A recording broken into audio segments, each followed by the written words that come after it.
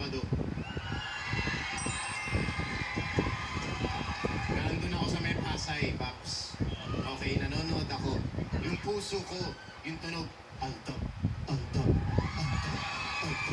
Totoo yan, ha? Totoo. Totoo yan sa'yo, ha?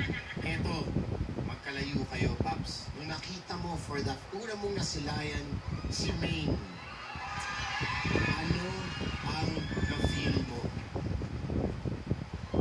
Iba yung pakiramdam, eh. Alam mo yun, Hindi kasi naiyak ka eh. So, oo, yung for the past 7 weeks, nakikita mo lang siya sa TV. Tapos nakita mo siya sa personal. Ang sarap sa feeling, masaya.